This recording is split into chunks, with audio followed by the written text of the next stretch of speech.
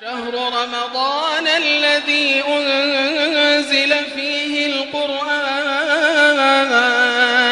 هدى للناس وبينات من الهدى والفرقان.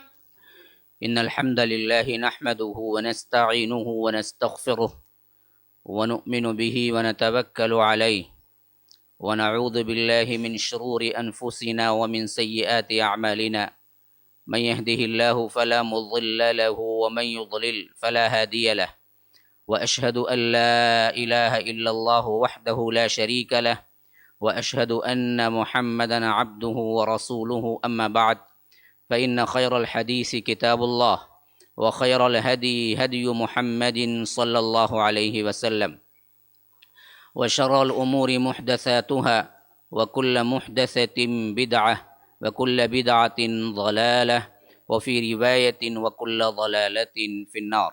فأعوذ بالله من الشيطان الرجيم. بسم الله الرحمن الرحيم. يا أيها الذين آمنوا اتقوا الله حق تقاته ولا تموتن إلا وأنتم مسلمون. وقال تعالى: يا أيها الناس اتقوا ربكم الذي خلقكم من نفس واحدة وخلق منها زوجها وبث منهما رجالا كثيرا ونساء واتقوا الله الذي تساءلون به والأرحام إن الله كان عليكم رقيبا.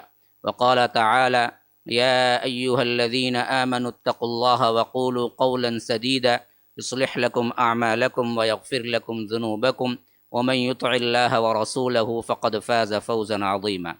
اللهم أرنا الحق حقا وارزقنا اتباعه وأرنا الباطل باطلا وارزقنا اجتنابه. اللهم علمنا ما ينفعنا وانفعنا بما علمتنا وارزقنا علما. رب اشرح لي صدري ويسر لي أمري واحلل عقدة من لساني يفقه قولي. اس اللہ کے نام سے ابتدا جس کے ناموں کی کوئی انتہا ہی نہیں. ولو ان ما فی الارض من شجرۃ اقلام والبحر یمدہ من بعدہ سبعۃ ابحر ما نفدت کلمات اللہ. اس ذات اقدس پر کروڑوں درود و سلام ہوں جو تمام جہانوں کے لیے رحمت للعالمین بن کے آئے تھے. اللہم صل علی محمد وعلی آل محمد کما صلیت علی ابراہیم وعلی آل ابراہیم انک حمید مجید وبارک علی محمد وعلی آل محمد کما بارکت علی ابراہیم وعلی آل ابراہیم انک حمید مجید. برادران اسلام، واجب الاحترام بزرگوں، دوستوں، عزیز ساتھیوں، لائق احترام ماؤں اور بہنوں، اللہ تبارک و تعالی نے عبادتوں کے سلسلے میں کئی ایسے موسم اور کئی ایسے بہترین مواقع عطا کیے ہیں جس کے اندر رب العالمین نے دگنا اور اس سے بھی زیادہ ثواب دینے کا اعلان کیا ہے.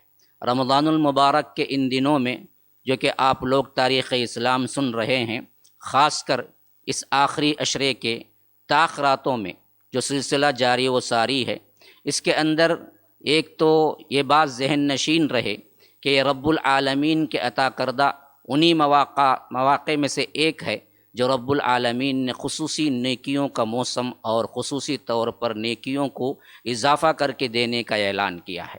تو ایسے موقع پر وقت کا ضیاع کرنا دانشمندی نہیں ہے. جیسے ہر انسان اپنے اپنے وقت کے اعتبار سے جو چیز اس کو ضرورت ہوتی ہے اور اس وقت اس کو وہ مفت بھی مل رہی ہے تو کبھی چھوڑنا پسند نہیں کرتا. بالکل بعینہ ہی اسی طرح اللہ تبارک و تعالی یہ نیکیوں کا موسم جب دیتا ہے تو اس وقت یہ عقل مندی دکھانا ضروری ہے. جیسے آپ دین کے معاملے میں، دنیا کے معاملے میں عقل مندی دکھاتے ہیں کہ آپ آگے بڑھیں اور وقت کو ضائع نہ کریں. پوری رات کیا کرنا ہے، ایک سوال ہوتا ہے عام لوگوں کے دلوں میں کہ تاخرات میں پوری رات کیا کرنا ہے. اور بعض لوگ اس غلط فہمی کا بھی شکار ہیں کہ تاخرات میں سونا نہیں ہے تو جاگنا ہی جاگنا ہے. تو یاد رکھیے، اصل مسئلہ یہ نہیں کہ پوری رات کیا کرنا ہے یا جاگنا ہی جاگنا ہے. اصل مسئلہ یہ ہے کہ جتنا ہو سکے عبادت کرنا ہے. خواہ آپ کیا ہیں 1-2 گھنٹہ عبادت کریں اور خاموشی کے ساتھ سو جائیں تو اس میں کوئی فرق نہیں پڑتا. تاخرات آپ کو حاصل نہیں ہوئی، آنکھ لگ گئی، سو گئے، تو اس کا مطلب یہ ہوا کہ اگر وہ رات تاخرات تھی یا شب قدر تھی اور آپ کو وہ شب قدر نہ ملی اس واسطے کہ آپ سو گئے. نہیں، سونا دراصل منع نہیں ہے. اصل مسئلہ یہ ہے کہ تمہاری استطاعت کے اندر جتنا کچھ ہو سکے اتنا وقت وہ رات کو حاصل کرنے میں عبادت میں لگا دو، اتنا بھی جتنا تمہاری فاتقوا اللہ ما استطعت۔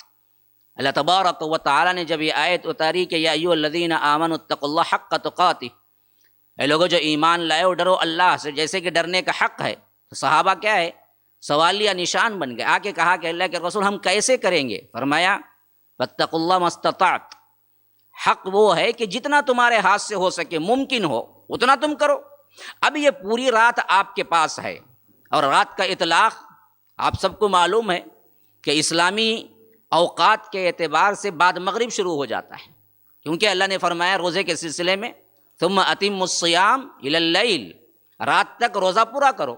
اور رات کا روزہ پورا کرنے کا مطلب کیا ہے؟ رات تک پورا کرو، تو جیسے ہی کیا ہے مغرب کا وقت شروع ہوا ہم روزہ کھول دیتے ہیں تو وہاں سے رات شروع ہو گئی، الی اللیل کہا تو رات تو وہاں سے شروع ہوتی ہے، تو وہاں سے لے کر اور فرمایا کہ انا انزلناہ فی لیلۃ القدر وما ادراک ما لیلۃ القدر لیلۃ القدر خیر من الف شہر تنزل الملائکۃ والروح فیہا باذن ربہم من کل امر سلام ہی حتی مطلع الفجر، طلوع فجر جہاں سے سحری کا وقت ختم ہوا، فجر کا وقت سٹارٹ ہو، وہاں تک کل کا کل رات کا معنی رکھتا ہے۔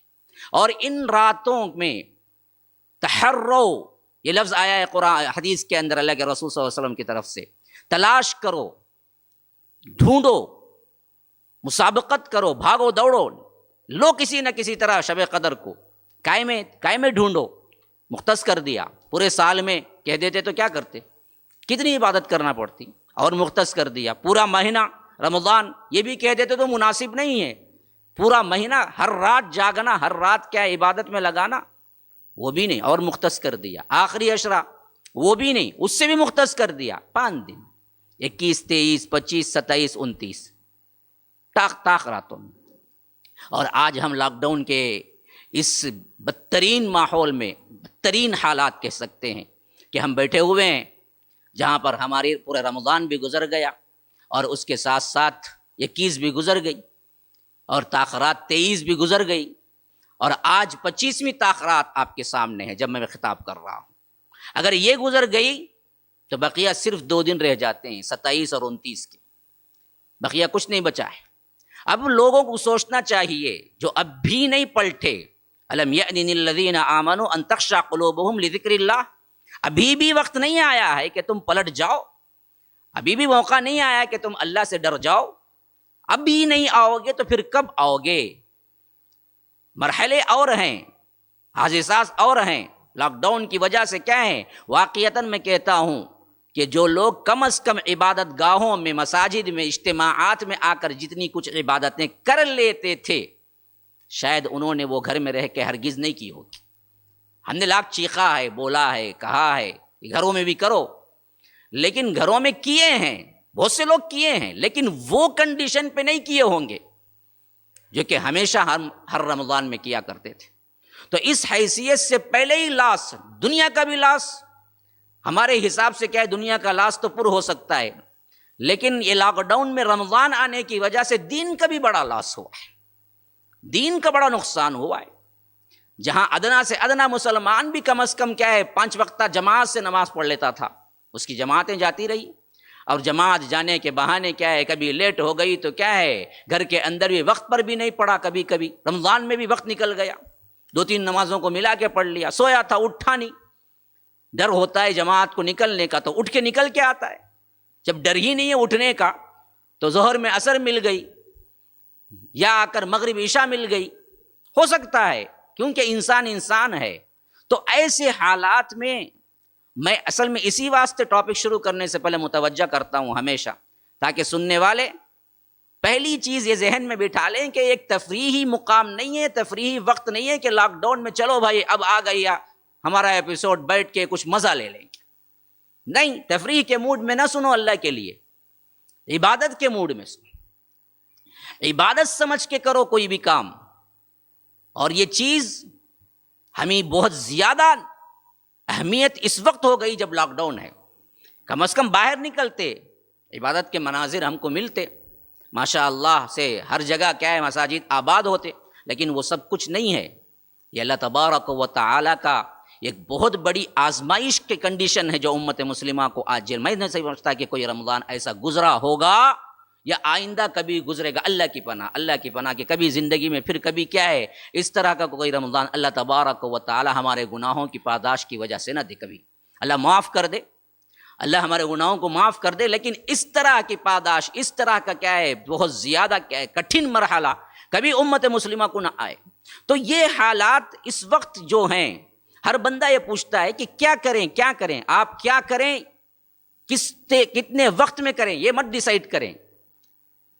ڈیسائیڈ یہ کریں کہ ہمیں عبادت کرنا ہے، خالص اللہ کے لیے کرنا ہے، خالص سنجیدگی سے کرنا ہے، اور ہمیں کیا ہے شب قدر تلاش کرنا ہے. شب قدر تلاش کرنا ہے. بعض لوگ میرے سے کئی سوالات کیے، مول صاحب یہ بتائیے کہ کچھ نشانیاں بتلا دیجئے.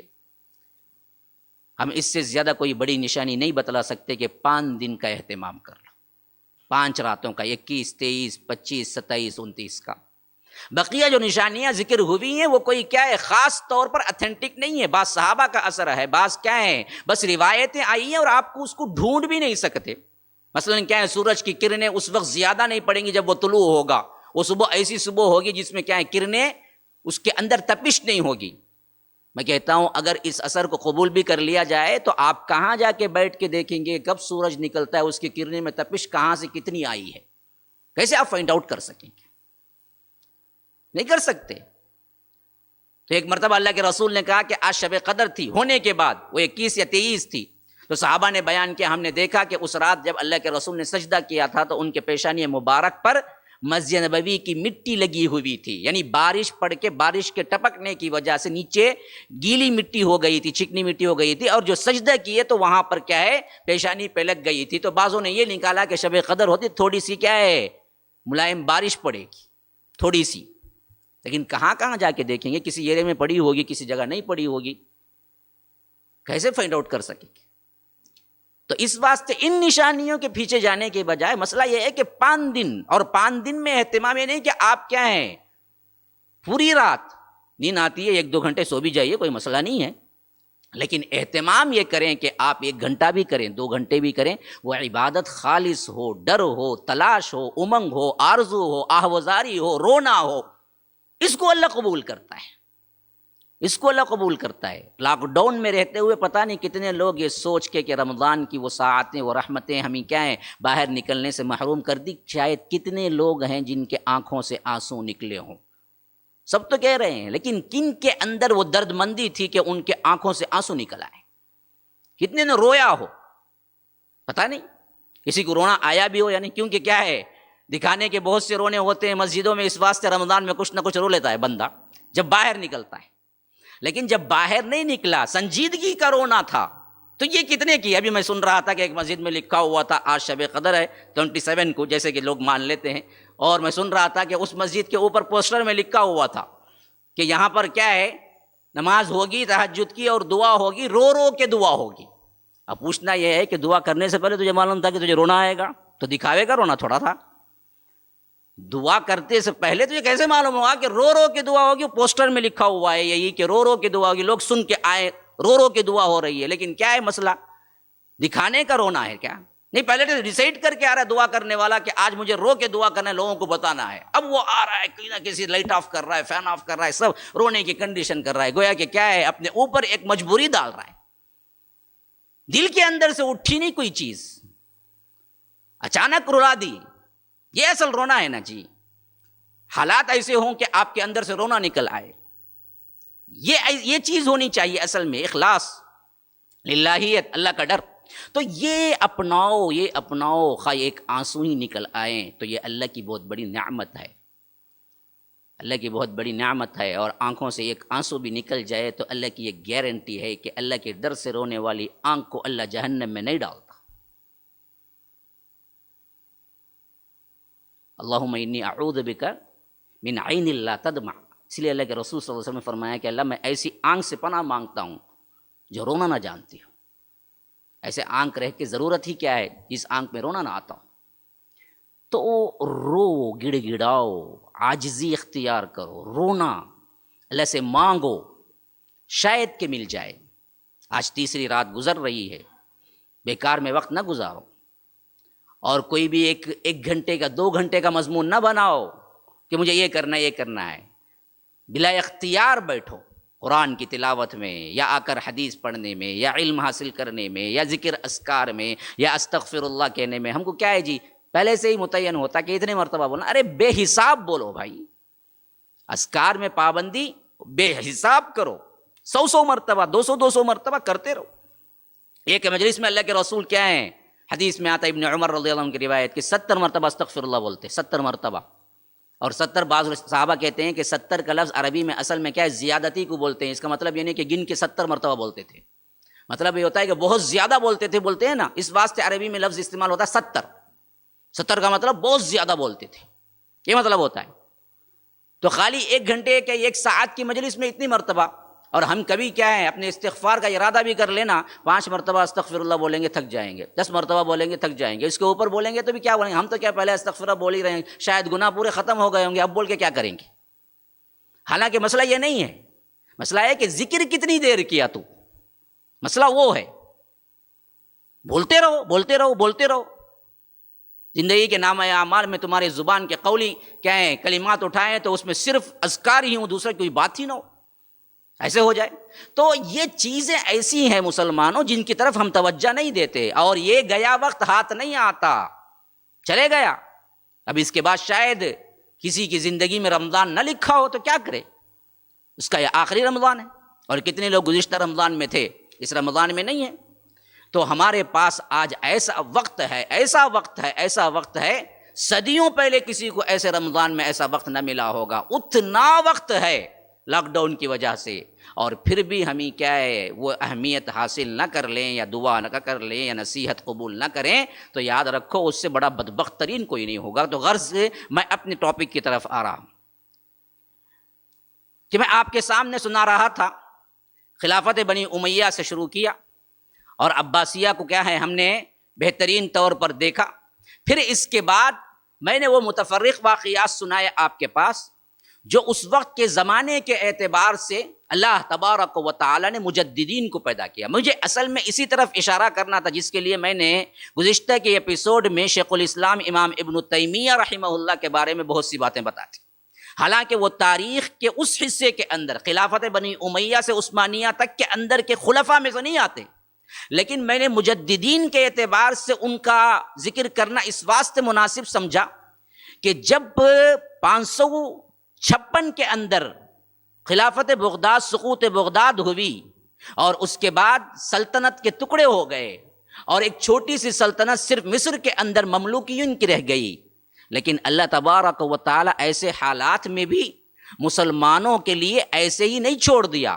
اس وقت کے امام اور مجددین کو رب العالمین پیدا کرتا رہا تاکہ وہ دین بھی ان کے بچائیں اور دنیا بھی ان کے بچائیں. اسی واسطے شیخ الاسلام امام تیمیہ نے دونوں کام کیے. مجددین کے لیے بعض لوگ شرط لگاتے ہیں کہ وہ ایسا کام کریں جو ایک دین کا بھی ہو اور ایک انقلابی بھی ہو.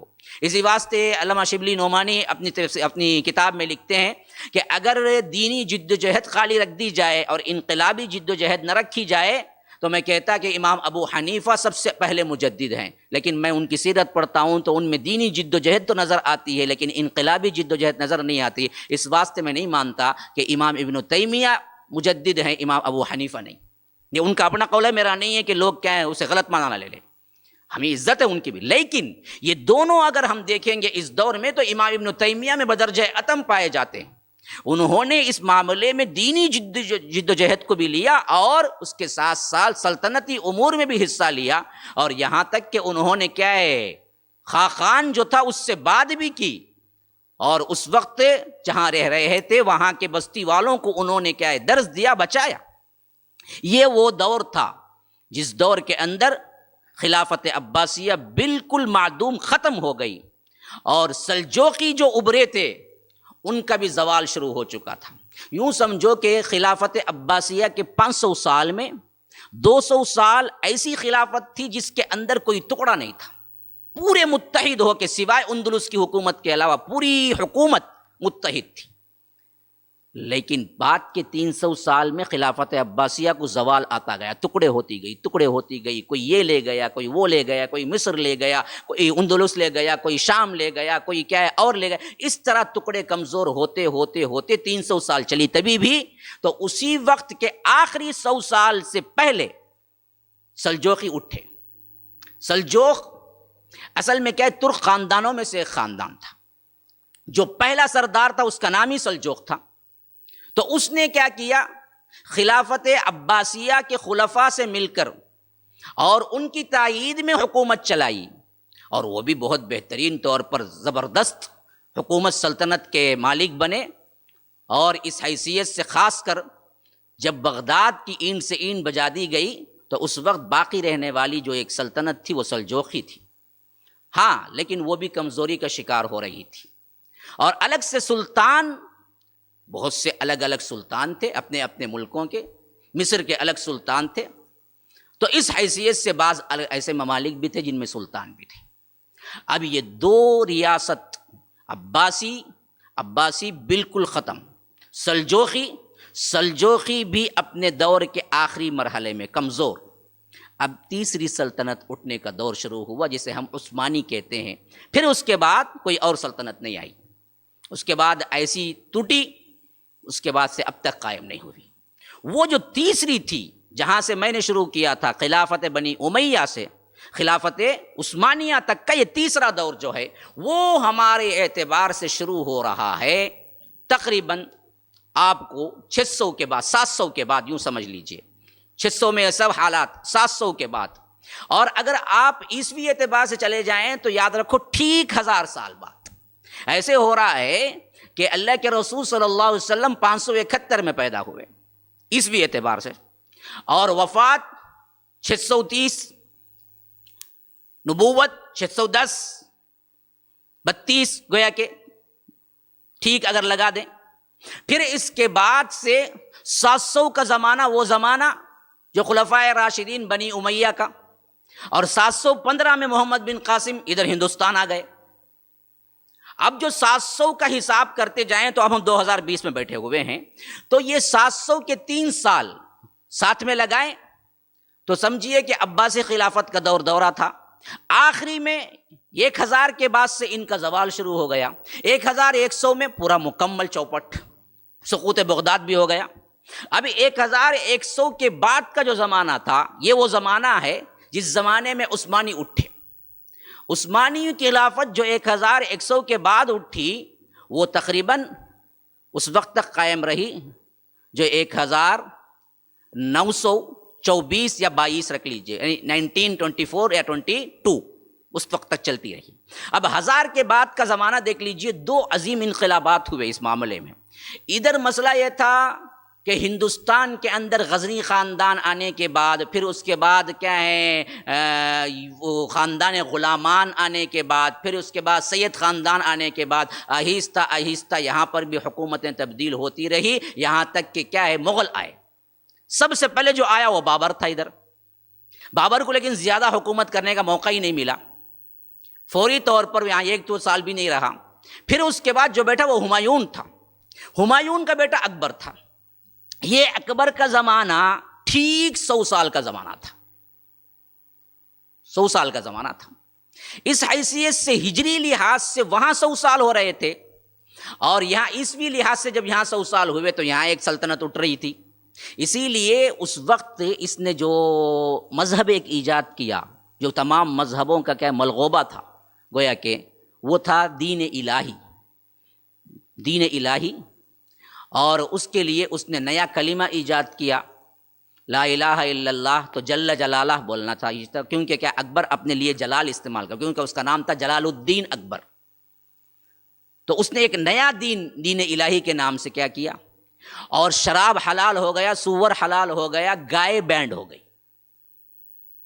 گائے حرام تھی اکبر کے دین الہی میں. پنڈتوں کے لیے بہت آسانیاں تھی لیکن علماء کے لیے نہیں تھی.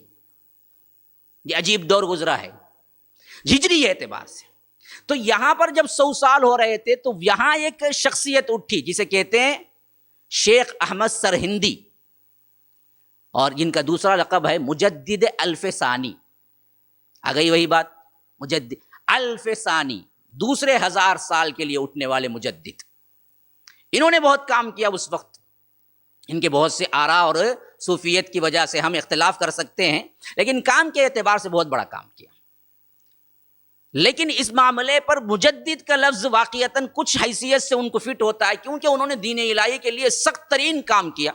آخر میں اکبر کو جھکنا پڑا, حتیٰ کہ اس کے بیٹے جو آئے وہ سخت مخالف بنے, اور اسی میں کیا ہے, جہانگیر آئے اور اورنگزیب جیسی شخصیت آئی جنہوں نے مٹا کے رکھ دیا پورے دین الہی کو, حتیٰ کہ اس کے بنانے والوں کو لے آ کے قتل کیا انہوں نے باقاعدہ طور پر. اچھا یہ تو ادھر ہو رہا, بعینی اسی طرح وہاں کا عیسوی اعتبار سے 1000 سال ہوئے, تو یاد رکھیے وہ زمانہ ہے جہاں پر شیخ الاسلام امام ابن تیمیہ ابھرے. اب اس کے بعد عثمانی سلطنت آئی. اب عثمانی سلطنت کے جو بانی مبانی کے نام سے ارطغرل یا ارطغرل, جس کے لیے میں آج عنوان دیا ہوں, جو بعد میں اب 2014 سے 2019 تک ترکی گورنمنٹ کے اعتبار سے جو فلم بنی ارطغرل, جس کے نام پہ عثمانی سلطنت کے بانی کا نام لکھا گیا, اس کی حقیقت مجھے آج بیان کرنا ہے. وجہ اس کی یہی بنی کہ یہ کوئی بڑا شاندار کارنامہ نہیں تھا, کیونکہ بانی اگر ہم کہیں گے تو ارطغرل نہیں ہے, ہم اس کے بیٹے کو کہہ سکتے ہیں کہ یہ عثمانی سلطنت کا بانی ہے, کیونکہ ارطغرل کا نام عثمان نہیں تھا, ارطغرل کے بیٹے کا نام عثمان تھا. انہی سے عثمانی سلطنت قائم ہوئی. تو یہ اصل سلطنت کا قیام جو ہوا وہ ارطغرل کے بیٹے سے ہوا جن کا نام عثمان تھا, اور اس کو نام بھی عثمانی سلطنت ہی دیا گیا. یہ دراصل ایک تاریخ کا بہت بڑا ایسا سنگین غلطی اور ایسا جھوٹی تاریخ پیش کرنے کا مرحلہ ہے جو آج ہو رہا ہے. حالانکہ یہ فلم بھی بنی, دیکھیے ہو گیا, یہ 14 میں شروع ہوئی, 19 میں ختم ہوئی, اور یہ کئی مرتبہ ترکی زبان میں ریلے ہوئی اور کئی زبانوں میں ریلے ہوئی. اس وقت سب کوئی جانتا نہیں تھا, پہچانتا, اردو داں طبقے کو تو معلوم بھی نہیں تھا. لیکن یہ کیا کیا جائے کہ عین رمضان کے دنوں میں اسے باقاعدہ اردو ڈبنگ کر کے, حالانکہ اردو ڈبنگ بھی پہلے ہو چکی تھی اور ایک مرتبہ اس کو چلایا بھی گیا تھا, کیونکہ اس کے پورے 5 سیزن ہیں, ایک ایک سیزن میں کئی پارٹ ہیں, لیکن پوری فلم جو بنی تھی وہ 5 سیزن میں بنی تھی, اور یہ 5 سیزن کی اردو ڈبنگ بھی کئی مرتبہ شائع ہو چکی تھی دوسری جگہ. وہ کئی نیا نہیں ہے جو ہو رہا ہے. گویا کہ یہ نیٹ اور میڈیا ایک ایسی غلاظت بلا ہے جو جس کو چاہے راتوں رات اٹھا دے, جس کو چاہے گرا دے. حالانکہ یہ کوئی ہے ہی نہیں چیز, یہ کبھی بھی پہلے سے چل رہی تھی. اسے ایک نیا نشان دیا گیا رمضان میں, اور نئے سرے سے پھر اردو ڈبنگ اور بہتر زبان میں کی گئی جو آج کی زبان ہے, اور نیا کویا کہ ہجڑی طور پر اس کو شاید اور زیادہ نکھرایا گیا مووی کو. پھر اس کو کیا ہے, ارطغرل کے نام سے کیا ہے شائع کر کے یہ بتانا مقصود کیا گیا کہ سلطنت عثمانیہ ہی ایک ایسی عثمانی سلطنت ہے جو کہ اصل میں پورے اسلام کی پاسدار تھی, پاسبان تھی, اور ارطغرل ایک ایسی مووی ہے جو خالص اسلامی ہے. سب بیٹھ کے دیکھو. یا تو بعض لوگ کہتے ہیں ڈرامہ ہے, اسلامی ڈرامہ. میں کہتا ہوں کہ دیکھیے گرم گرم آئس کریم نہیں ہوتا, یا تو گرم گرم ہوگا تو آئس کریم نہیں ہوگا, یا تو آئس کریم ہوگا تو گرم گرم نہیں ہوگا. یہ دونوں متضاد باتیں. آپ کہیں کہ لو جی گرم گرم آئس کریم, تو بولیں گے یہ ممکن ہی نہیں ہے. آئس کریم تو ٹھنڈا ہوتا ہے, ٹھنڈا ہوگا تو آئس کریم ہوگا, گرم ہوگا تو آئس کریم ہی نہیں ہوگا. بعینی اسی طرح فلمی اعتبار سے ڈرامہ ہو یا مووی ہو, یا کوئی کہتا ہے کہ اسلامی مووی یا اسلامی آپ کہیں کہ ڈرامہ, تو میں بولتا ہوں اسلامی ہوگا تو ڈرامہ نہیں ہوگا, ڈرامہ ہوگا تو اسلامی نہیں ہوگا, مووی ہوگی تو اسلامی نہیں ہوگی, اسلامی لگائیں گے تو مووی نہیں ہوگی. کیونکہ مووی اور ڈرامے کے لوازمات ہی ایسے ہیں جن میں فحاشی اور یعنی کے بغیر تم بنا ہی نہیں سکتے کوئی مووی ڈرامہ. جب تم ڈرامہ کہو گے تو وہ اسلامی نہیں ہوگا, اسلامی کہو گے تو ڈرامہ نہیں بنے گا. آج تک کوئی اسلامی ڈرامہ نہیں بنا, نہ آج تک کوئی اسلامی مووی بنی, کسی کو ہم نہیں کہہ سکتے. میں میرے بچپن میں وہ جو black and white T V ہوتی تھی نا, اس زمانے میں میسیج کا بہت بڑا غلغلہ تھا. آپ کو معلوم ہے ایک مووی وہ بھی ہے جو اللہ کے رسول صلی اللہ علیہ وسلم کی زندگی پہ بنی ہے, جس کا نام تھا دی میسیج. اس زمانے میں وہ دراصل نہ یوٹیوب تھا، نہ موبائل تھا، نہ کیا یہ غلاظت تھی، ہر کوئی دیکھ بھی نہیں سکتا تھا. ہاں جو دیکھنا چاہتے تھے وہ زمانے میں کیا تھا، وی سی آر تھا. ڈی وی ڈی بھی بہت بعد آئی. ہمارے زمانے میں تو بچپن میں کیا ہے، وی سی آر تھا، وہ اتنے اتنے بڑے ڈبے ہوتے تھے، اور اتنے اتنے بڑے کیسٹ اٹھا کے ماریں گے تو کیا ہو جائے گا، زخمی ہو جائے گا بندہ. وہ اتنے بڑے بڑے کیسٹ، اور اتنا اہتمام کر کے بھی لا کے رکھو تو بھی اس میں بھی کلر نہیں آتا تھا، بلیک اینڈ وائٹ آتی تھی، کلر تو نہیں آتا تھا. میرے بچپن میں اچھی طرح مجھے یاد ہے کہ ہمارا ایک جوش تھا، جذبہ تھا، اس حیثیت سے اس کو ہم نے بہت ڈھونڈ کے کہیں سے وہ کیسٹ حاصل کیا تھا. میں تقریباً وہ زمانہ میں فارغ ہو کے آیا تھا، یا فارغ نہیں ہوا تھا، ابھی گیا نہیں تھا، یعنی 10 سال سے کم عرصہ شاید. تو جو میرے ساتھ ساتھی رہتے تھے، ایک اسلامک فیلڈ تھی پوری، وہ بھی کیا ہے جم کے کام کرتے. تو اس حیثیت سے ہمیں کہیں سے وہ ملی تھی، اور ہم نے کیا ہے اس نیت سے کیا ہے ایک سیرت کا مطالعہ دیکھیں گے اس حیثیت سے ڈالے. اور مووی بنانے والے نے بھی عقل مندی کی، اس میں صورت اللہ کے رسول کی نہیں دکھایا. حالانکہ وہ دوسروں کی بتایا، لیکن اللہ کے رسول کی صورت نہیں بتایا اس میں، اور حضرت علی کی بھی نہیں بتایا. یہ دونوں مجھے اچھی طرح یاد ہے، میں نے دیکھا وہ.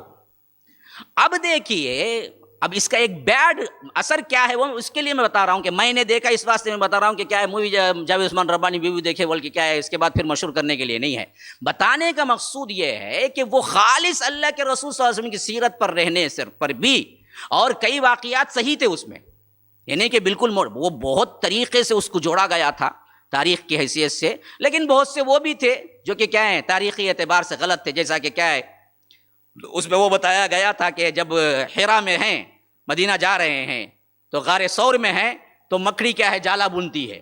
حالانکہ وہ حدیث بالکل ضعیف ہے، بلکہ روایتی ضعیف ہے وہ، لیکن اس میں میں بتایا گیا کہ وہ مکڑی کیا ہے جالا بن گئی ہے، اور کبوتر 2 انڈے دیے ہوئے ہیں، وہ غار سامنے آ رہا ہے وہ مووی کے اندر. بہرکیف اب غلط عقیدہ تو بیٹھ گیا کہ یہ معاملہ بالکل کیا ہے صحیح ہو گیا. بتانے کا مقصود یہی ہے کہ تم ارطغرل دیکھو گے اور سلطنت عثمانیہ کو سمجھو گے کہ اس میں جو بتایا ہوا ہے اسی طریقے سے قائم ہوا ہے، تو اس کا مطلب یہ ہو گیا کہ اس میں جو غلط کچھ چیزیں صحیح بھی ہیں، لیکن اس میں زیادہ تر غلط ہے، اس کو تم تاریخ تمس بٹو گے. یہ سب سے بڑی کیا ہے بددیانتی ہے پیش کرنے والوں کی.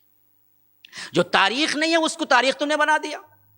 اب یہ آگے بڑھ گئی، 100 سال آگے نکل گئے، تو تاریخ کی کتابوں میں اصل تاریخ جو لکھی گئی ہے وہ تو مٹ جائے گی. بعد میں حوالے دینے لگیں گے کہ دیکھو ارطغرل مووی میں بتایا گیا تھا، تو یہ بات اس واسطے دیکھنا بند کرو. اس کے ویوز جو ہے نا بلینز میں جا رہے ہیں. اور مسلمان لوگ کیا ہیں، گھر کی عورتیں پردہ اوپر کیا ہے جس طرح اذان کے لیے اوڑھنی اوڑھ لیتے ہیں اس طرح بیٹھ کے دیکھ رہے ہیں روزے کی حالت میں. ایک تو یہ ہے. تو میں بتا رہا تھا کہ اس میں دوسرا جو سب سے بڑا نقصان جو مجھے آج تک فیل ہوتا ہے وہ یہ ہے، بعض صحابہ کی وہ امیجز جس کو ہم کبھی قبول نہیں کر سکتے آج بھی اپنے ذہنوں میں بیٹھے ہوئے ہیں. جیسے ہی میں زید بن حارثہ کی کبھی بھی سیرت میں مطالعہ کرتا ہوں یا نام پڑھتا ہوں، مجھے وہ شکل یاد آ جاتی ہے جو زید بن حارثہ کی ہے، جو بالکل کلین شیو ہے. اس مووی کے اندر غلط تصویر ذہنوں میں بیٹھ جاتی ہے. آج تک مجھے وہ تصویر ذہن میں بیٹھی ہوئی ہے زید بن حارثہ کی. ہم تصور کر سکتے ہیں زید بن حارثہ اس وقت اللہ کے رسول کے ساتھی اور صحابی ہوتے ہوئے شیونگ کر سکتے ہیں، جبکہ ان میں ہے. اور اسی طرح ایک حبشی کے کیا ہے جو کیریکٹر حضرت بلال کا دیا گیا تھا، اتنا عجیب ہے بھائی. جتنا کچھ بھی حبشی ہو، لیکن کیا ہم تصور کر سکتے ہیں کہ یہی حبشی جو رول کر رہا ہے آج، یہ غلام کیا ہے حضرت بلال کے قائم مقام ہو جائے گا وہ؟ حالانکہ وہ تصویر آ جاتی ہے جب بھی ہم بلال کی سیرت پڑھتے ہیں رضی اللہ. یہ غلط امیجز ہیں، جسے امیجز کو اللہ کے رسول صلی اللہ علیہ وسلم نے پامال کرنے کا حکم دیا، اس کو ہم اپنے ذہنوں میں بٹھا رہے ہیں. یاد رکھیے، ارطغرل میں ابھی پڑھ رہا تھا، ارطغرل مووی کا جو ایک ترکی ہی بچہ جو جوان ہے، جس نے 79 پیدا ہوا تھا، ہاں جب اٹھایا گیا، وہ جو بنایا ہے مووی، یہ کیا واقعتاً وہی ارطغرل کی شکل کا تھا؟ یا جو لباس اس نے پہنا ہوا ہے، کیا یہ واقعی سلطنت عثمانیہ قائم ہوتے وقت وہی لباس تھا؟ یا وہ مووی میں اس کی محبوبہ کے طور پر جو حلیمہ کو بتایا گیا ہے، کیا وہی تھی؟ وہ اتنی بے باک بے پردہ چہرے کے بغیر تھی، جبکہ چہرے کے بغیر پردے کا تصور تو مصر میں 1900 میں اٹھا. اس سے پہلے تو سلطنت اسلامیہ میں تصور بھی نہیں تھا کہ کوئی کیا ہے بغیر چہرے کے پردہ کرے گی. پردے کا مسئلہ ہی کیا تھا؟ پردہ چہرے کا ہوتا تھا. چہرے کے خلاف تو حکومت میں اٹھا مسئلہ مصر کے اندر 1900 میں. اس سے پہلے سلطنت کے اندر کیا بلکہ پورے مسلمانوں میں تصور نہیں تھا کہ چہرہ کے بغیر بھی کوئی پردہ کر سکتا ہے. اب ارطغرل کی جو بیوی بنی آج جو محبوبہ بن کے بتا رہی ہے، کیا وہ بغیر چہرے کے پردے کی تھی؟ یہ عجیب سوال ہیں جن کے کوئی جوابات نہیں ہیں. تو پھر امیجز تو ویسے ہی قائم ہوں گے. اب اس کی کیا ہے میک اپ، اس کا شیک اپ، اس کا مسئلہ، اس کو گورا بنانا، اس کی ادائیں، اس کی محبوبایاں کیا ہے ادائیں، وہ متاثر ہو رہا ہے، یہ سب کیا ہے فلمی طور پر لا حول ولا قوہ رمضان میں دیکھنے کا ہے یہ. تو یہ کلی طور پر اس سے بچنا چاہیے. اسلامی مووی نہیں ہے، اسلامی ڈرامہ کوئی نہیں ہے. اچھا میں تاریخی حقیقت کے اعتبار سے میں آپ کو چند حقائق بتاتا ہوں. دیکھیے ارطغرل کے بارے میں. ارطغرل جو ہے نا، جس کو فیمس کر کے بعض لوگ کہہ رہے ہیں کہ ترکی غالب ہونے کے کنڈیشن میں، پہلی چیز مفروضے قائم نہ کیجیے، اتھینٹک بات کیجیے، سنجیدہ بات کیجیے.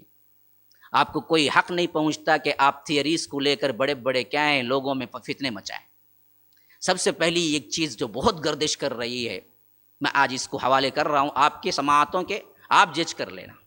وہ یہ ہے کہ 1923 یا 24 کے اعتبار سے سلطنت عثمانیہ کا زوال ہوا تو یورپین کنٹریز نے جنہوں نے زوال میں بہت بڑا کردار ادا کیا، انہوں نے ترکی والوں سے معاہدہ کیا. کیا معاہدہ کیا؟ فلاں یہ نہیں ہوگا، فلاں خلافت ٹوٹ جائے گی، فلاں ملک الگ الگ ہو جائیں گے، فلاں بندرگاہ تمہارے انڈر میں نہیں رہے گی، فلاں یہ سب ٹکڑے. اور اس کے ساتھ کیا لگایا؟ مشہور کر دیا. نیٹ میں آپ سرچ کریں، ہزاروں ویو لگے ہیں اس واقعے کو بیان کرتے. کیا کر دیا گیا ہے؟ آخری میں شرط لگائی گئی کہ اس کی مدت 100 سال ہے. بھائی کہاں ہے وہ لیٹر؟ کس سے ہوا معاہدہ؟ وہ کون ترکی سردار تھا اس وقت؟ یہ سب نہیں معلوم. بس پورے یورپین کنٹریز نے مل کر یہ تمام پابندیاں ڈالنے کے بعد اس میں لکھ دیا گیا کہ 100 سال ہے اس کی مدت. ہو گئی بات؟ چلو 100 سال گئے. اب اس اعتبار سے 1924 کے اعتبار سے اب 2024 میں 100 سال ختم. اب کیا مفروضے قائم کرو. اسی واسطے اردوغان کو ہر جگہ کیا ہے فیمس کیا جا رہا ہے. اسی واسطے وہ اسلامی ہیرو ہے، وہ فلاں ہے، وہ ہے. اسلام اب کیا ہے پورا کا پورا مستقبل کیا ہے اردوغان، طیب اردوغان جو کیا ہے ترکی کا صدر ہے اس کے ہاتھوں میں ہے. سعودیہ مٹ جائے گا، زوال آ گیا، دیکھو حرم بھی بند کر دیا گیا فلاں. بھائی مفروضے ہیں نا بھائی، تمہیں کیا پتا کہاں ہے وہ 100 سال کا معاہدہ؟ کس نے بتایا تمہیں؟ اگر وہ 100 سال کا معاہدہ ہے بھی، اگر واقعتاً 100 سال 2024 میں جب یہ معاہدہ ختم ہوگا تو کون کہا پھر ترکی کو وہی حیثیت مل جائے گی؟ کس کے ہاتھوں میں دیا گیا تھا وہ معاہدہ؟ کوئی بھی نہیں. وہ نسلیں ہی ختم ہو گئی. تو یہ اردوغان تو بعد میں پیدا ہوئے ہوں گے. اور اب تو کیا ہے ایک ترکی کی سلطنت کے لیے جو اب فی الوقت کو ووٹنگ سے چنا گیا ہے، اس کو لے آ کے 100 سال پہلے کے جتنے معاہدے میں جتنی بڑی آزادی تھی وہ سب کا سب دے دیں گے، اور سعودیہ، حرم، آس پاس کے شہر، بغداد سب مل کے ترکی سلطنت میں پھر آ جائے گا جس طرح 1924 میں تھا. تو یہ عقل والی بات لگتی ہے. لیکن اسے فیمس کیا جا رہا ہے، اتنا فیمس کہ ہر بندہ پریشان ہے. ارے اب تو جو بھی ہوگا ترکی میں ہوگا بھائی، جو انقلاب بھی ہوگا ترکی میں ہوگا. اب مستقبل جو ہے اسلام کا ترکی میں ہے بھائی. کلین شیو جس کا کیا ہے پینٹ شرٹ ان شرٹ اور ٹائی پہ پھر رہا ہے، اس کے اوپر رکھ دیا تم نے. اور اس پر کیا ہے بڑے بڑے موویز بنائے جا رہے ہیں، لوگ کہنے شروع کر دیے ہیں. حالانکہ کیا ہے مفروضہ ہے، کوئی صحیح بات نہیں ہے. اور لوگ ہمارے جو بہت سے کیا ہیں اسلامی جوش کے جو ہوتے ہیں نا تحریکات جو غلط ہیں، ہاں یہ اے سے لے کر زیڈ تک الگ الگ ہیں، کتنے بولوں نام نہیں لیتا میں، لیکن وہ سب کے سب اخوانیین وغیرہ تو پورے اس میں کیا ہے فل فلج اتر گئے ہیں اس کو دعوت دینے میں. دیکھو اب مستقبل ترکی ہے، بھاگنا بھی ہے تو وہاں جاؤ، رہنا بھی ہے تو وہاں جاؤ. کیوں بھائی؟ دیکھو سب سے پہلے آواز کس نے اٹھائی جب برما میں جلایا گیا لوگوں کو؟ ترکی نے. دیکھو اس واسطے اس پہ ارے کون بولا جی تمہیں؟ کون بولا؟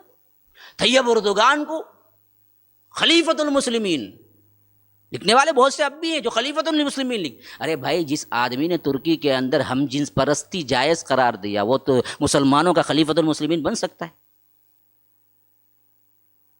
ترکی کے اندر ہومو سیکشوالٹی جائز ہے، اگری کرنے والے کنٹریز میں سے ایک ہے وہ. اب کوئی وہ خلیفۃ المسلمین بنے گا تھوڑی؟ سوچنا، عقل بھی تو ہونی چاہیے نا جی. تو اس طرح توحید کو نقصان پہنچا رہے ہیں، اور توحید کے جو علم بردار ہیں ان کے لیے غلط یہ نہیں کہ کیا ہے مداح اور میں کیا ہے ان کی بیجا تعریف کر رہا ہوں، نہیں، مسئلہ یہ ہے کہ جو حقیقت ہے اتنی بیان کی جائے، مفروضے قائم نہ کیے جائے. یہی حال کیا ہے ارطغرل مووی کا بھی ہے. اس میں کئی چیزیں ایسی بتلا دی گئی گویا کہ سلطنت کا بانی ارطغرل ہے. حقیقت دیکھو، ارطغرل کی پیدائش ہے 1198 اور یہ جب جوان تھا تو ان کے باپ کا نام ہے سلیمان شاہ. سلیمان شاہ اصل میں ترکوں کا جو قبائلی زندگی گزارتے تھے ان قبائلی زندگیوں کے بہت سے سرداروں میں سے ایک سردار تھے. لیکن اس وقت ہر جگہ منگولینز کے حملے ہو رہے تھے اور کوئی مضبوط اسلامی سلطنت نہیں تھی. تو اس واسطے اپنے قبیلے کو بچانے کے لیے کبھی ادھر کبھی ادھر کبھی ادھر کبھی ادھر کبھی ادھر کیا ہے سفر کرتے رہتے تھے.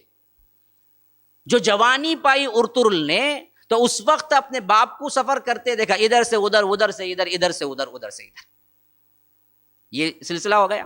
اچھا، اب ارطغرل کو اللہ نے لمبی مدت بھی دی تھی. ان کی وفات ہے تقریباً 1280 پر 1، 1190 پر 8، ہاں، تو تقریباً 82 ایئرس، 83 ایئرس لگ بھگ. اب اس میں جو زندگی ان کی گزری باپ کے ساتھ ادھر سے ادھر، ادھر سے ادھر، ادھر سے ادھر ہوتے ہوتے گزری.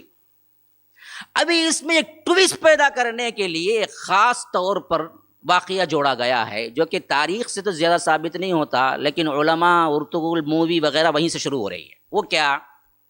ارطغرل اصل میں اپنے ایک چھوٹے سے قبائلی لشکر لے کے جا رہے ہیں. سلجوقی سلطنت جو کمزور ہو چکی تھی اس زمانے میں، وہ دراصل اپنے ایک چھوٹے سے لشکر کو لے کے عیسائی جو ایک لشکر بازو میں تھا، کیونکہ کیا ہے ان لوگ عیسائی سلطنت کے بارڈر میں رہتے تھے تو عیسائی حملہ کر رہے تھے، تو یہ دراصل اس کے ساتھ جنگ کر رہے تھے. اب ذرا اسی سے مووی بھی شروع ہو رہی ہے ارطغرل کی. میں نے نہیں دیکھا لیکن لوگوں نے بتایا، یہ مطلب سمجھو کہ میں بیٹھ کے دیکھ لیا پورا کا پورا. لیکن ارطغرل مووی جو شروع ہو رہی ہے نا، اسی پہلے کیا ہے ٹویسٹ سے شروع ہو رہی ہے. کیسے؟ 2 فوجیں آمنے سامنے لڑ رہے ہیں. ایک فوج سلجوقی سلطنت کے زوال کے ہونے والے آخری کنڈیشن میں جو تھے نا، اس کا ایک فوجی دستہ کس سے لڑ رہا ہے؟ عیسائیوں سے لڑ رہا ہے، جو کا بہت بڑا لشکر ہے، یہ چھوٹا سا لشکر ہے. دونوں لڑ رہے ہیں، دونوں کو پتا نہیں ارطغرل کون، دونوں کو پتا نہیں، دونوں لڑ رہے ہیں بس. اب یہ لڑتے لڑتے لڑتے ایسا ہوا کہ جو سلجوقی سلطان کے انڈر میں لڑ رہے تھے وہ فوج کم ہونے کی وجہ سے کمزور ہوتے چلے گئے. ایسا معلوم ہو رہا تھا کہ ابھی تھوڑے دیر میں شکست کھا جائے گی. ایسے وقت میں ارطغرل کی انٹری ہو رہی وہاں پر. گویا کہ سمجھو کہ نیچے کسی جگہ جنگ ہو رہی ہے، 2 کی، عیسائی ایک سلجوقی، یہ 2 سرداروں کے درمیان، اسلام اور کفر کی، یہ بتا دیا. حالانکہ وہ ہو سکتا تھا کہ اسلام و کفر کی نہیں بلکہ جگہ کے لیے بھی لڑائی ہو سکتی. بہرکیف ایک طرف سلجوق ہے، ایک طرف عیسائی ہیں. عیسائی بہت بڑی تعداد میں ہیں اور مسلمان جو ہیں سامنے بہت کم تعداد میں ہیں، اور لڑتے لڑتے سلجوق کمزور بلکہ شکست کھانے والے ہیں. یہ اونٹ پر ایک اچانک اوپر سے آ کے منظر دیکھ رہے ہیں. کون؟ ان کے پاس بھی ایک چھوٹا سا دستہ ہے، فوجی دستہ جو اپنے قبیلے کا ہے. یہ لے کے گزر رہے ہیں، کسی کام سے گزر رہے ہیں. گزرتے گزرتے اچانک نظر پڑی تو کیا دیکھتے ہیں؟ نیچے 2 لوگ لڑ رہے ہیں اور ایک کمزور ہو رہا ہے، ایک غالب ہو رہا ہے. تو اب اس میں ٹویسٹ پیدا کیا گیا کہ ارطغرل بہت رحم دل تھے. انہوں نے یہ نہیں دیکھا کہ مسلمان ہے یا اگر غیر مسلم ہے یا فلاں ہے، بس کچھ نہیں دیکھا. انہوں نے دیکھا کہ بھائی جو شکست کھا رہا ہے، جو مار کھا رہا ہے، اس کی مدد کرنی چاہیے. بس اتنا سوچا. اور اپنے ساتھ آئے ہوئے سپاہیوں کو، جو چھوٹا سا قافلہ تھا، ان کو حکم دیا کہ بھائی ہمیں ان کی مدد کرنے نیچے اترو۔ اب یہ اترے نیچے، جو کمزور پڑ رہا تھا ان کے ساتھ مل گئے، جنگ شروع ہو گئی اب زبردست۔ اب جیسے ہی ان کو مدد ملی، عیسائیوں کے اوپر کیا زبردست جنگ ہوئی، اور آخرکار عیسائی بھاگ گئے، شکست ہو گئی اور یہ فاتح ہو گئے۔ اب اس وقت وہاں کا جو سلجوقی سردار تھا، ہاں، وہ بلا کے پوچھا کہ بھائی تم ہو کون، کیوں مدد کی میری، اچانک آئے کہاں سے، تم ہو کون تم؟ تو تب ارطغرل اپنا تعارف کروا رہا ہے کہ میں تو کیا تھا، بس ایک قبائلی سردار ہوں، اپنے قبیلے کو لے کے جا رہا تھا، بس بات یہ تھی کہ میں نے دیکھا کہ تم شکست کھا رہے ہو، مظلوم کی مدد کرنا ہے تو میں نے تمہاری مدد کر دی۔ تو اب وہاں کا سردار بڑا خوش ہوا۔ اچھا، تو پوچھا کہ یہ اچھی اوصاف کا، تمہارا نام، وہاں سے ارطغرل پوچھا کہ اچھا تو تم چھوٹے موٹے سردار ہو، آؤ میں تمہیں ایک سلطنت کا والی بناتا ہوں، ایک بڑی جاگیر دے دی کہ تم ہی رکھ لو اس کو۔ اب اس جاگیر پہ وہ رہنے لگے، تو آہستہ آہستہ آہستہ سلطنت عثمانیہ بالکل بھی کمزور ہو گئی، اور یہاں تک کہ کیا ہے، جب تک رہے یہ سلطنت عثمانیہ کے انڈر میں ہی رہے، لیکن وہ جاگیر کو بڑھاتے رہے، آس پاس کے جتنے گاؤں ہیں ان کو بھی اندر لیتے رہے، یہاں تک کہ اچھا اس میں ایک اور ٹویسٹ دیکھو، مزہ آنا نا، حالانکہ حقیقت نہیں ہے، پہلے بات یاد رکھ لیجیے، میں انڈنگ پہ آؤں گا۔ اب اس میں ٹویسٹ کیا ہوتی ہے، تھوڑا سا کیا ہے، محبت بھری ادائیں ہو نا، تاکہ مووی بنے نا۔ تو وہ کیا لکھا، اب وہ مووی میں بھی ہے، تاریخ میں بھی لکھ دیا گیا نا، غلط ہے۔ ہوا یہ کہ اسی اثنا میں جب یہ جاگیر مل گئی، تو یہ جاگیر ملنے کے بعد جب اپنی جاگیر میں آ جا، جاگیر کا مطلب ایک بہت بڑی جگہ جہاں محل وغیرہ بھی ہو، اپنے لوگ ہوں، اس جاگیر میں ایک بہت بڑا علامہ رہتا تھا، علامہ، بہت بڑے استاد صوفی، ان سے جا کے یہ پڑھنے لگی۔ کون؟ ارطغرل۔ پڑھتے پڑھتے اچانک ایک دن ان کو خواب آیا۔ اچھا، خواب آنے سے پہلے کا بھی قصہ سن لو۔ یہ پڑھتے رہے، ایک مرتبہ اس صوفی علامہ اللہ والے آدمی کی بیٹی کی ایک جھلک ارطغرل نے دیکھ لی۔ بھائی ڈرامہ، مووی شروع ہو گئی، اب دل کیا ہے، پاگل ہو گیا، جھلک جو دیکھی۔ اب انہوں نے کیا کیا، اپنے استاد سے کہا کہ بیٹی کو کیا ہے، مجھے بیاہ کر کے دے دے۔ استاد نے کہا کہ نہیں بھائی، نہیں ہو سکتا، ایک تو تم جاگیردار ہو، میں ایک معمولی سا کیا ہے فقیر انسان ہوں، میری بیٹی کی چھوٹی موٹی کوئی لغزش ہو جائے گی تو پتہ نہیں کیا سزا دو گے، اس حیثیت سے میں تمہارے رتبے کا برابر نہیں ہوں، تم کسی کو دیکھ لو۔ لیکن سلطان کو کیا ہے، دل آ گیا تھا۔ اب یہ دل آ گیا، وہ بھی بتایا گیا ہے، تو کیریکٹر لیس کر رہے ہیں، نہیں کر بھائی، اللہ کے لیے خواہ وہ کوئی بھی بندہ تھا ارطغرل، جب بات صحیح نہیں ہے تو اس پر ایک محبت کا الزام لگانے کی کیا ضرورت ہے، کہانی میں ٹویسٹ پیدا کرنے کی۔ یہ دل آ گیا تھا، نہ وہ بزرگ ہے، نہ اس کی بیٹی کہیں دنیا میں وجود میں ہے، بنا دیا۔ لیکن اچھا، اب اس کے بعد دیکھو پھر حال کیا ہوتا ہے۔ اچانک ایک مرتبہ خواب، اب یہ دیکھیے کیسے کیسے بد احتیاط، شیخ مولانا طارق جمیل بھی یہی قصہ نقل کر رہے ہیں۔ ارطغرل طارق جمیل ڈالیے، آپ کو آ جائے گا یہی قصہ سب کچھ، حالانکہ کوئی اتھینٹک نہیں ہے۔ ہاں، اب اتنے بڑے علامہ بیان کر رہے ہیں، سب سوچیں گے صحیح ہے بالکل۔ اچھا، وہ خواب آیا نا، یعنی پہلے والا واقعہ جو ہے نا، وہ طارق جمیل صاحب نے بھی بیان کیا ہے، دو لشکر لڑ رہے تھے جس میں اس نے انٹری لی۔ اچھا، خواب کیا آیا؟ خواب یہ آیا کہ اچانک استاد کے گھر سے ایک چاند نکلا، اور وہ چاند آ کے اس کے سینے میں پیوست ہو گیا، ارطغرل کے سینے میں۔ اچھا، پھر کیا ہوا جی؟ اس چاند کے اندر انٹری ہوتے ہی سامنے سے ایک درخت نکلا۔ پھر کیا ہوا جی؟ وہ درخت بڑھتا بڑھتا بڑھتا بڑھتا اس کی شاخیں بہت بڑی ہو گئی، حتیٰ کہ اس کی شاخیں 4 دریاؤں کو اپنے اندر اٹھائے ہوئے تھی۔ پھر کیا ہوا؟ اس کے بعد وہ شاخیں جو دریاؤں کو اٹھائے ہوئے تھی، اس کو جاتے دیکھتے دیکھتے گیا کہ ایک بہت بڑا شہر اور سلطنت بن گئی۔ وہ صبح اٹھے ارطغرل، اپنے استاد سے کہا کہ استاد جی میں نے یہ دیکھا ہے، تو استاد فوری سمجھ گئے یہ بہت بڑی ایک سلطنت کا بانی بنے گا، جس کی سلطنت کے ارد گرد 4 دریائیں ہوں گی۔ جھاڑ جو تھا وہ سلطنت تھا، اور ان کے گھر سے چاند نکل کے جو اندر گیا وہ ان کی بیٹی تھی، اب بیاہ کر کے دے دینا ہے۔ بیاہ کر کے دے دی گئی۔ یہ اصل کہانی ہے جس میں ٹویسٹ کرنے کے لیے بیان کیا گیا ہے مووی میں۔ حالانکہ اس کی کوئی اتھینٹیکیشن نہیں. جہاں تک صحیح تر روایت ہے اس میں یہ ہے کہ خود ارطغرل نے جب جاگیر ملی، یہ جو واقعہ جو ہے وہ واقعہ ہی آپ اس کو بالکل کٹ کر دیں، جاگیر ملی نہ کچھ ملا. جب ارطغرل نے اپنے اندر سرداری کے نمایاں طور پر وہ چیزیں، وہ امتیازات دیکھے تو خود سلجوقی سلطان سے مدد کا طالب ہوا، مانگا کہ مجھے میرے حساب سے کچھ دیجیے.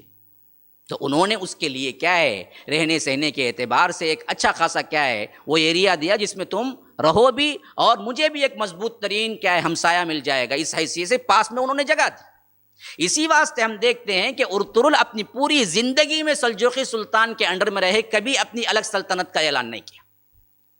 حتیٰ کہ 1281 بھی ہو گیا، وفات بھی ہو گئی، ان کی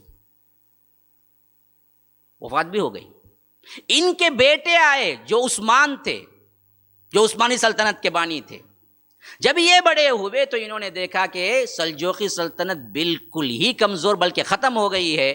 تو انہوں نے سوچا کہ اب ہم کو الگ خود مختاری کا اعلان کر دینا ہے کہ ہم سلطنت سلجوق کے انڈر میں نہیں ہیں بلکہ خود ہم ایک سلطنت ہیں. تو تب کہیں جا کے انہوں نے اعلان کیا اور سلطنت بنائی جو کہ 1299 ہے. ٹھیک ڈیٹ 1299 to 1924 سلطنت عثمانیہ ہے. 1299 1399 1499 1599 1699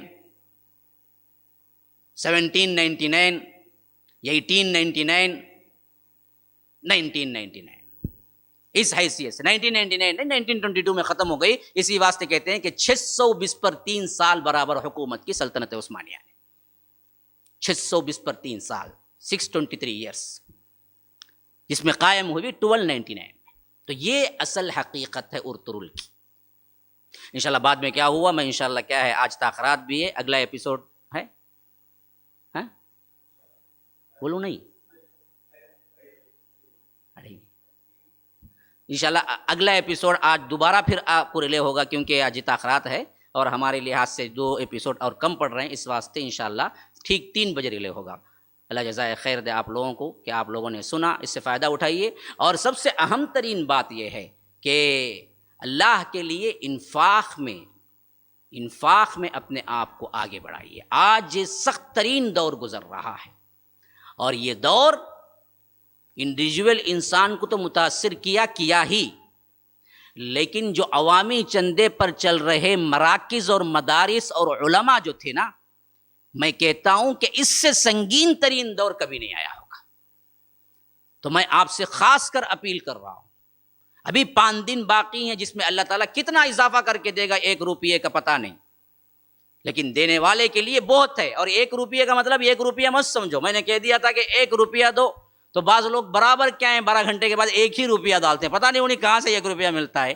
تو یاد رکھیے 1 روپیے کا مطلب 1 روپیہ نہیں. ہمارے ہاں تو کیا ہے تمل زبان میں ورروبا بولے تو 1 لاکھ روپیہ 1 لاکھ سمجھا جاتا ہے. تو 1 روپیے کا مطلب آپ بھی 1 لاکھ لیا کریں، 1 ہی روپیہ مت لیا کریں. اچھا اس میں ایک بات بتانے کی ہے جو اہم ترین ہے، جو سب سے اہم ترین بات وہ ہے کہ آج مدارس اور مراکز اور وہاں کے ذمہ داروں کے سلسلے میں جو کہ کئی تو ایسے تھے کہ جو صرف رمضان المبارک کے چندے پر ہی پورا سال گزار دیتے تھے، اللہ تعالیٰ اتنا دے بھی دیتا تھا. ویسے کئی ہیں جو آج بہت پریشان ہیں. تو اس کا مطلب یہ نہیں کہ صرف مرکز السلام کو دو، میں کہہ رہا ہوں کہ کہیں بھی اداروں کو ڈھونڈ کے دو، کہیں بھی اداروں کو ڈھونڈ کے دو، اداروں کے ذمہ داروں کو ڈھونڈ کے دو. اور خاص کر وہ مولوی جو پورے 11 مہینے تکتے ہیں کہ رمضان کب آئے اور اگلے سال کا ہم پورا راشن اکٹھا کر لیں، ان کو ڈھونڈ کے دو. یہ خدمت خلق بھی ہے، عبادت بھی ہے. کیونکہ یہ سفید پوش لوگ پوچھتے نہیں ہیں.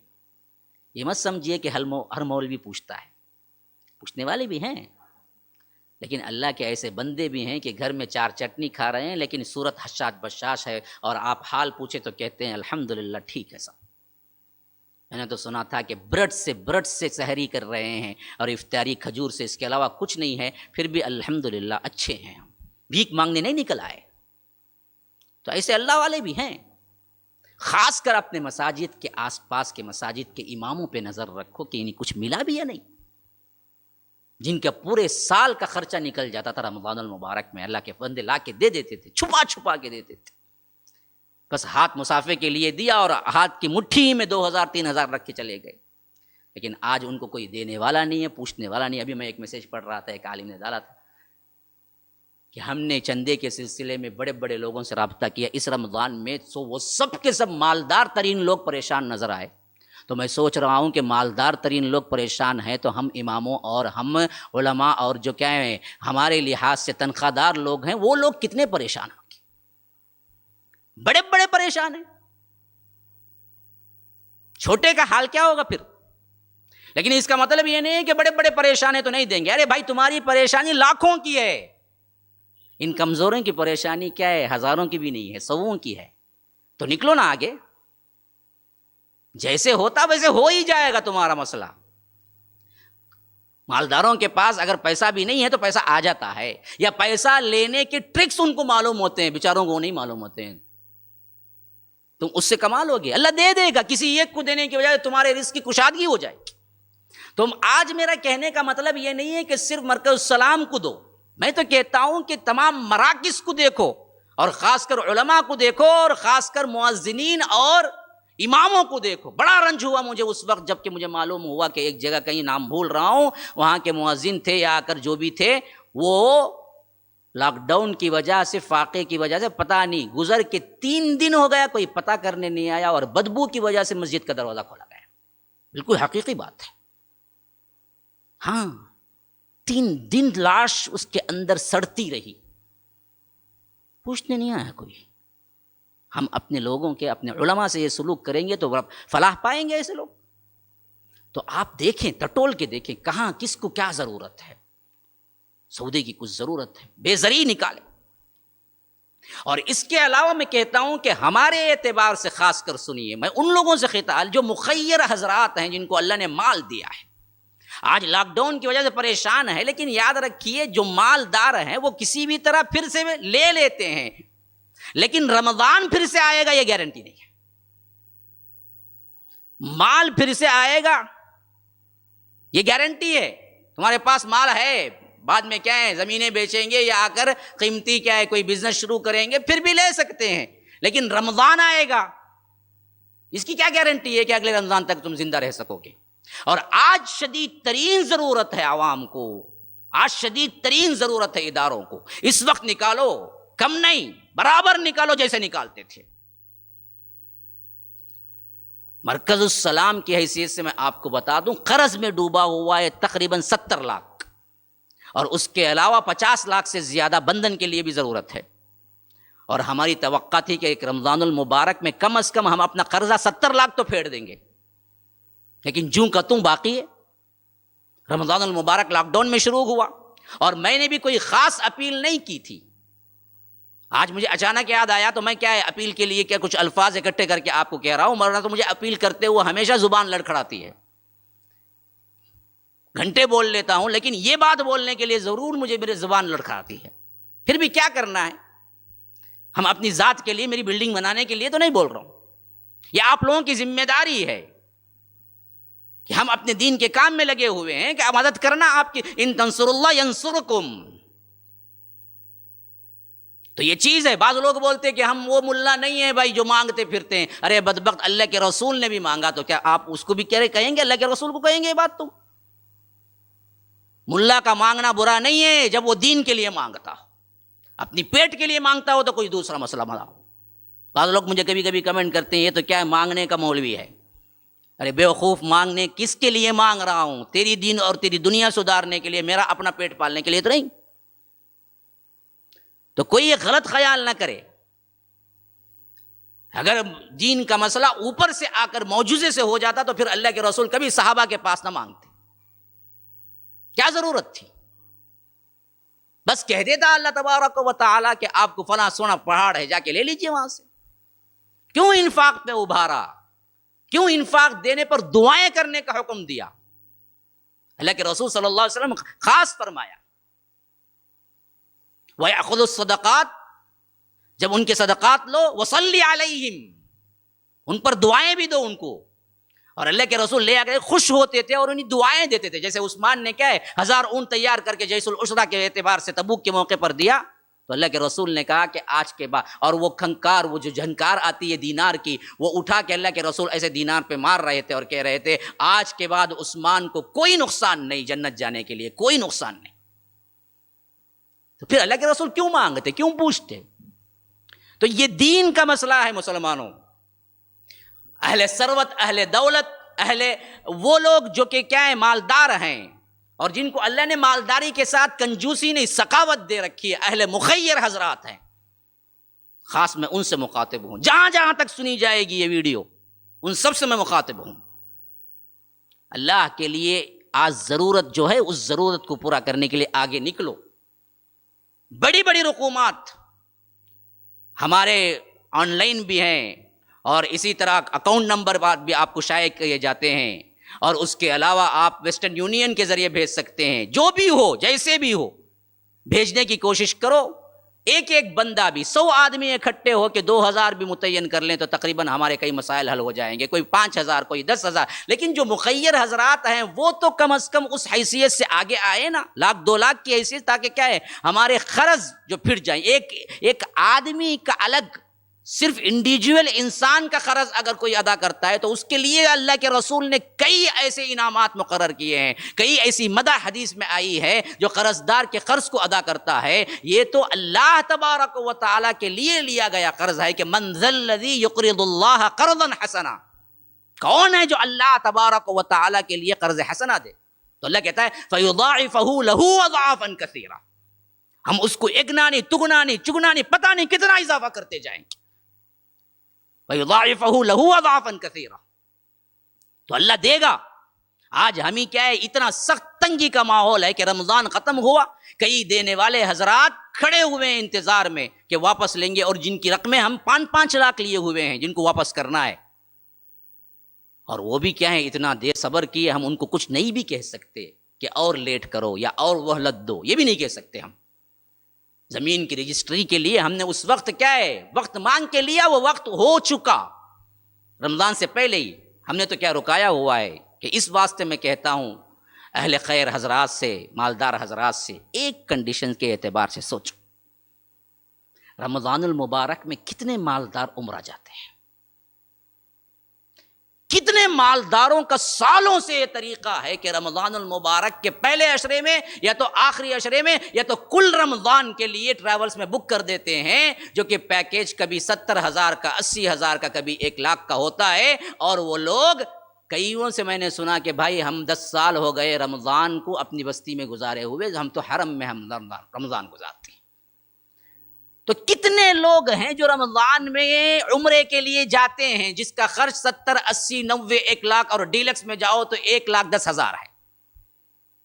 اور اس بار موقع نہیں ملا, اس بار موقع نہیں ملا. گورنمنٹ کی طرف سے عمرہ ویزا بند, مالدار ہو غریب ہو نہیں جا سکا. اب میں بتاتا ہوں حسن نیت کے اعتبار سے تم کہو کہ اللہ بدروازہ حرم کا تو بند ہوا لیکن انفاق کا نہیں ہوا. وہی 1,10,000, 70,000, 80,000 میں اسی نیت کے ساتھ جو اٹھا کے رکھا کرتا تھا وہ اماؤنٹ اب میں مرکز السلام کو عطا کروں گا, یا اس کی کیا ہے قرضداری کو پھیرنے کے لیے عطا کروں گا, یا وہ مسجد کو بننے کے لیے عطا کروں گا, کہ اللہ تبارک و تعالی آپ کو وہ ثواب نہیں دے گا. کروڑوں کے لوگ آتے ہیں پورے بستیوں سے, فیملیز آتے ہیں 5-5, 10-10 لاکھ خرچہ کر کے. آج وہ رمضان کا ثواب تمہیں نہیں مل رہا ہے, ویزا کلوز ہے اور رمضان کے صرف ابھی چند دن باقی ہیں. لینا چاہتے ہو آؤ, ایک نیا دروازہ آپ کے لیے کھلا ہوا ہے. جو آپ ہمیشہ پیسہ اٹھا کے رکھا کرتے تھے وہی پیسہ اب مرکز السلام کو دو, مسجد کو دو, قرض کے پھیرنے کے لیے دو. اللہ تبارک و تعالیٰ کے پاس نیت کرو کہ وہ ثواب تو نہیں ملا ہے, اللہ اس کے ذریعے مجھے وہ ثواب دے, اس کے دگنا دے. تو اللہ اس کا دگنا نہیں, اس کا 70واں حصہ تک آپ کو کر کے دے سکتا ہے. تو آج بھی آپ کے لیے حرم کے دروازے کھلے ہوئے ہیں اس شکل میں کہ آپ وہ عمرے کے پیسے یہاں پر لگاؤ. عبادتیں کرنے والے بہت مل جاتے ہیں، خدمت خلق کرنے والے بہت کم ملتے ہیں. اور عبادتیں کرنے والے بہت ہیں، خدمت خلق کرنے والے بہت کم ہیں. تو وہ پیسے خدمت خلق میں لگاؤ. آج کی سب سے اہم ترین جو کیا ہے ٹریجڈی، جو تنگی ہے، اس تنگی میں لگاؤ. مسلمانوں کی ہیلپ کرو، اداروں کی ہیلپ کرو، اللہ سے ثواب کی امید رکھو. تو مجھے جہاں تک معلوم ہے ہم بھی دعا کریں گے اللہ آپ کو ایک عمرے کا نہیں بلکہ کیا ہے کئی عمروں کا ثواب اللہ عطا کرے. تو ایک پیغام میرے اچانک ذہن میں آیا تھا عصر کے وقت میں کہ اس بات پر کوئی توجہ نہیں دیا کہ کتنے لوگ عمرہ جاتے ہیں لیکن کسی کو آج اللہ نے نہیں بلایا، ویزا بند ہے، تو ان کے لیے دروازہ کیسے کھلے گا؟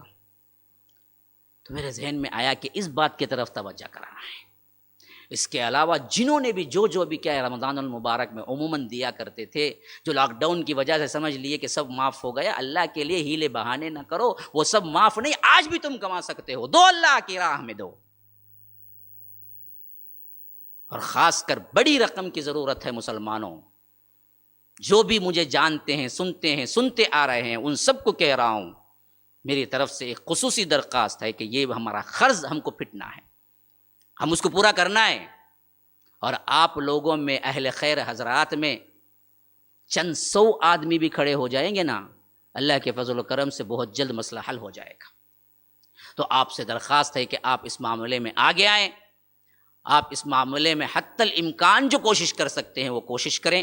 اور آخری میں میری ذمہ داری پر آپ کو ایک اور طریقے سے بات آپ کو سمجھاتا ہوں. خاص کر اگر کوئی للہ فی اللہ سب کچھ دینا نہیں چاہتا، کوئی بھی ہو، دنیا کا کسی بھی مقام کا رہنے والا ہو، مجھے سنتا ہو سمجھتا ہو، تو میری ذمہ داری پر میں کہتا ہوں کہ قرض ہی 5 لاکھ یا 2 لاکھ یا 1 لاکھ دو، اور ہم آپ کو پھر 1 سال میں واپس کریں گے، کیونکہ ہمیں قرض پھیرنا ہے. میری ذمہ داری پر. اور میرا واٹس ایپ کا نمبر نوٹ کر لو، 9940312779. صرف واٹس ایپ پہ بات کرتا ہوں، اس کے علاوہ کالنگ پہ نہیں. کوئی بھی ہے تو وہ قرض میری ذمہ داری پر، اگر وہ مجھے دیکھا ہے سنا ہے تو میری ذمہ داری پر میں لیتا ہوں کہ آپ کو انشاءاللہ ہم 1 سال بعد لوٹا دیں گے. آج تک میں نے اتنا بڑھ کے کبھی نہیں کہا. حالات کی سنگینی اس اعتبار سے جمع ہو چکی ہے کہ پریشان ہوں قرض کیسے ادا ہوگا. قرض ہے، خواہ وہ ادارہ لو، خواہ وہ کیا ہے شخص لے، ہم ادارے کے اعتبار سے مقروض ہیں. تو آپ لوگ آگے بڑھ کے آئیے، اس مبارک کام میں ہاتھ بٹائیے. چند 100 لوگ بھی آ گئے تو مسئلہ حل ہو جائے گا. اور مجھے امید ہے کہ یہ بات ضرور آپ کے دلوں تک پہنچے گی. اللہ تبارک و تعالی اس کو پہنچائے گا، اور اس کے بدلے اللہ تبارک و تعالی آپ سب کو بہت بڑی بہترین انعامات سے نوازے گا. ھذا وباللہ التوفیق، صلی اللہ وسلم علی نبینا محمد. اسأل اللہ لی ولکم ولسائر المسلمین من کل ذنب فاستغفروه انه هو الغفور الرحیم. والسلام علیکم ورحمۃ اللہ وبرکاتہ.